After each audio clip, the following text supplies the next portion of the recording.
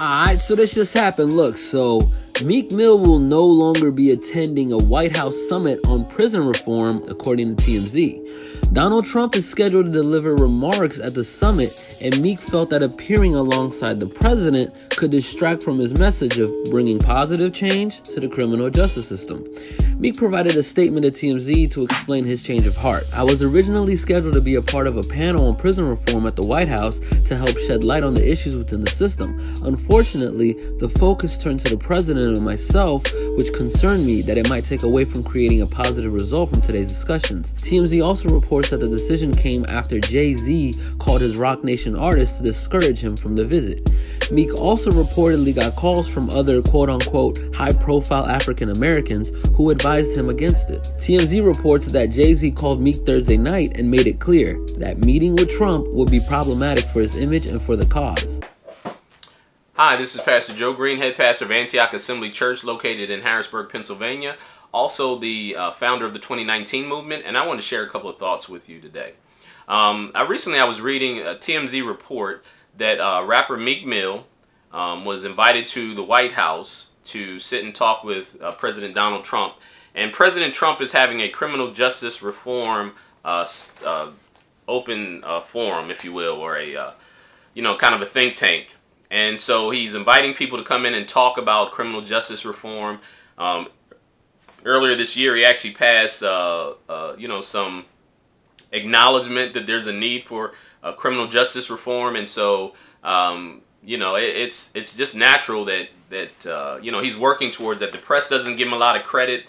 People in the African American community doesn't give him a lot of credit, and I told you for the most part it's because he most of the media, the mainstream media, and are part of the global cabal. They're owned and operated by the global elite, and so they're pushing their agenda, the mainstream media, which is one of the global elite agenda, the one world governmental agenda. And what they do is they employ people from various communities in order to help promote that. If you've been following the 2019 movement, and I would encourage you to subscribe to my YouTube, subscribe to my Patreon, and hit the notification button so that whenever I post new videos, you'll get a notification. We have a lot of information that we want to share with you. We believe it's very critical in these last days that we be informed and have our eyes open as to what's going on.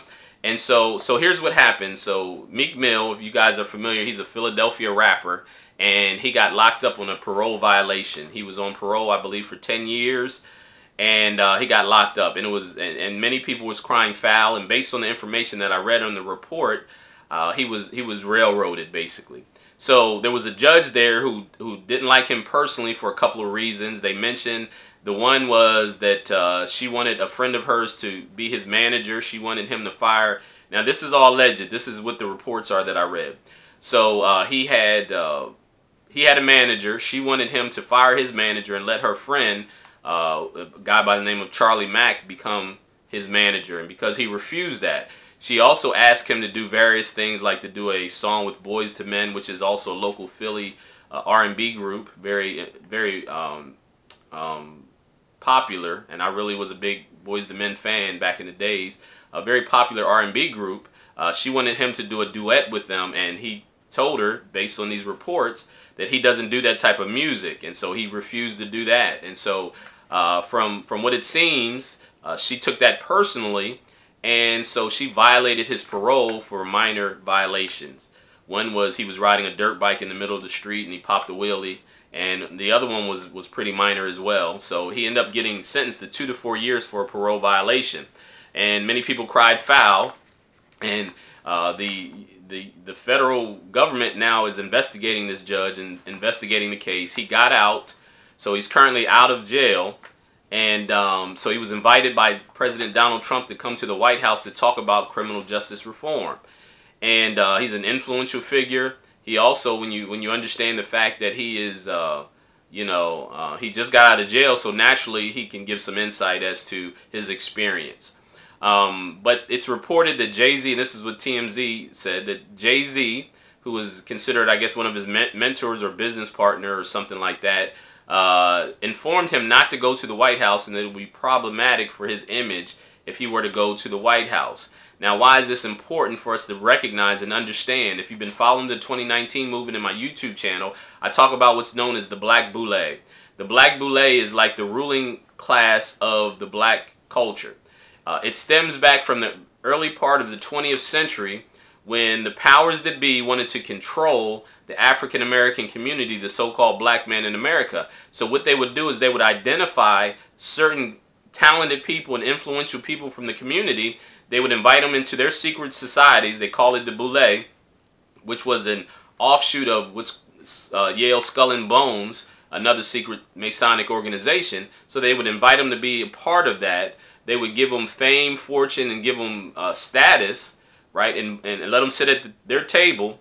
But in return, they had to carry out the agenda of the global elite, right? So when you understand the Boule, and you know, there's a lot of popular people in our culture.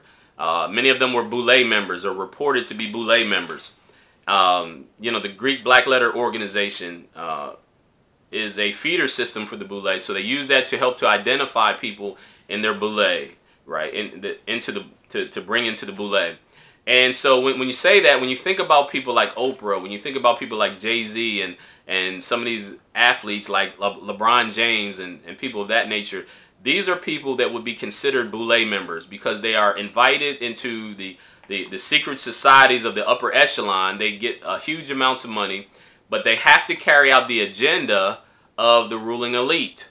And of course, anybody who goes against the narrative that they are pushing out there, they call them coons or Uncle Toms or sellouts. And that's a part of control because the global elite knows that somebody like a Jay-Z or Oprah or LeBron James, because they are excelling in a particular area of entertainment or athletics, that they are very influential in the community. That's why these many companies spend millions and millions of dollars to get celebrity endorsements because they understand the power and the influence of celebrities.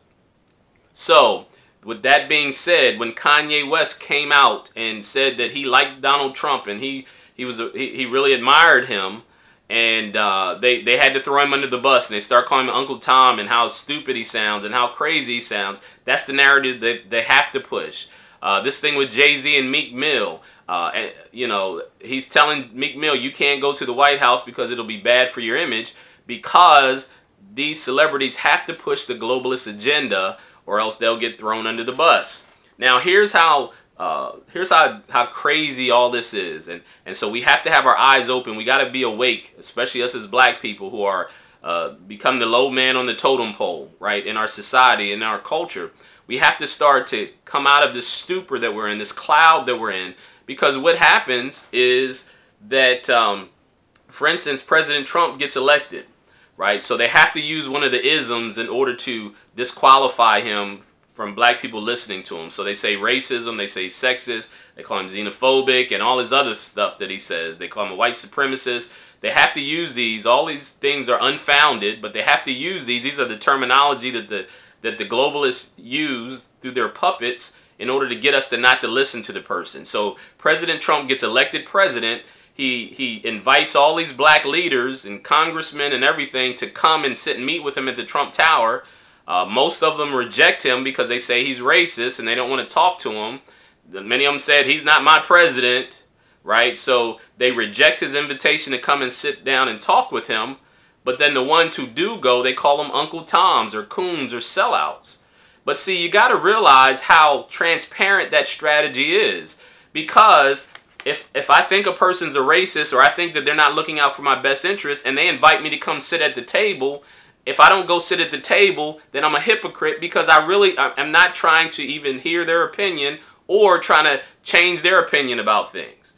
But that's intentional. It's not by accident. And so this whole thing that happens, it's being orchestrated, it's being strategic. We black people have to wake up and stop falling victim to this foolishness, this silliness. Like I said, he's invited a whole bunch of people. You have Representative John, or Congressman John Lewis. You have Maxine Waters. You have all these people that he invites them to come and talk or come to the events. And I would never sit down and talk with you because you're racist and you don't care about us. But he just invited you to come and talk to him. You know, It's foolishness. It's silly. We've been following the same strategy as black people for 50 years, and we're losing. It's not working. It's time to change strategy, right? That's just common sense. If you try that, that's called insanity. If you keep doing the same thing over and over again and expect different results, that's the definition of insanity. So if we've been following this liberal, Democrat, leftist, progressive, what they call agenda, and we're getting we're sliding further and further down the scale, then it's time for us to make a change. It's time for us to change directions. If I thought President Trump was a racist, which I don't believe that he is, based on what I know of him and what I've seen and read and heard, the facts really don't lay out that he's a racist. If I had a gripe and he invites me to come talk to him, I'm going to sit at the table and talk to him and tell him my gripes. And then if I sit down and tell him stuff and I have a good presentation, I give him facts and I give him real life scenarios and he still doesn't listen, then I can rightfully say that he doesn't care about me, or he's a racist, or he knows the truth and he just won't operate on it. So we got to wake up, we got to have our minds open and stop falling for the same okie doke, the same tricks that we've been falling for a long time. I always talk about the Bible, right? So what did Pharaoh do? If you know the story of the Exodus from Egypt, when Pharaoh understood that the Israelites were growing stronger and stronger, their communities was getting bigger, and they were multiplying, the Bible says, he went and got some Hebrew midwives and tried to get them to promote his agenda, right? To help to destroy the community. That's what this Boule mentality is. That the powers that be, this Pharaoh mentality, globalist agenda, they identify people from our community, they get them on board, and they also get them to promote their agenda at the detriment of the rest of society. We have enough black people with enough wealth. We have people like Oprah and Jay-Z. We have Dr. Dre. All these people are like billionaires or almost billionaires. You have all these professional athletes that have hundreds of millions of dollars. They're very influential in their community, right? They're wealthy. They have a platform that's second to none. But yet they're not using it to help their community. What they're using it for is to criticize President Trump and people like that. So that's the distraction, because instead of trying to do something, they want to always push the blame somewhere else. It's called race baiting.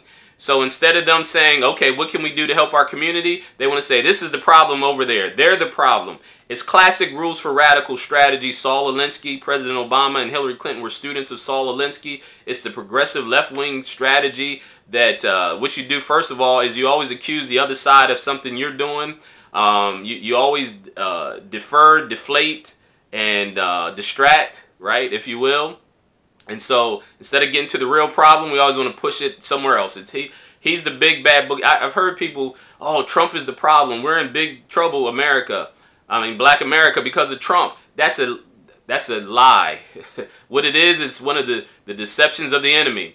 We've been in bad shape as a nation for a while, right? Trayvon Martin, Mike Brown, Black Lives Matter, the riots in these various cities happened while President Obama was the president. Nothing was done about it. Ferguson happened when President Obama was in there, and because we've been so brainwashed and manipulated, none of our leaders spoke out against Obama, right? But now Trump, he gets elected, and immediately he's the problem. He's the problem. And that's all just part of the strategy. So we got to wake up, black people, not keep falling victim of the same strategies over and over again. It's time for a change. I believe that the 2019 movement is the time that God has promised to restore his community. He says, I heard the voice of my people crying out, and I've come to destroy the strategies and the schemes against you, and to bring you into the place that I promised you that I was going to take you. Love, peace, and blessings to you. I love you. Shalom to you. Stay tuned for more from the 2019 movement.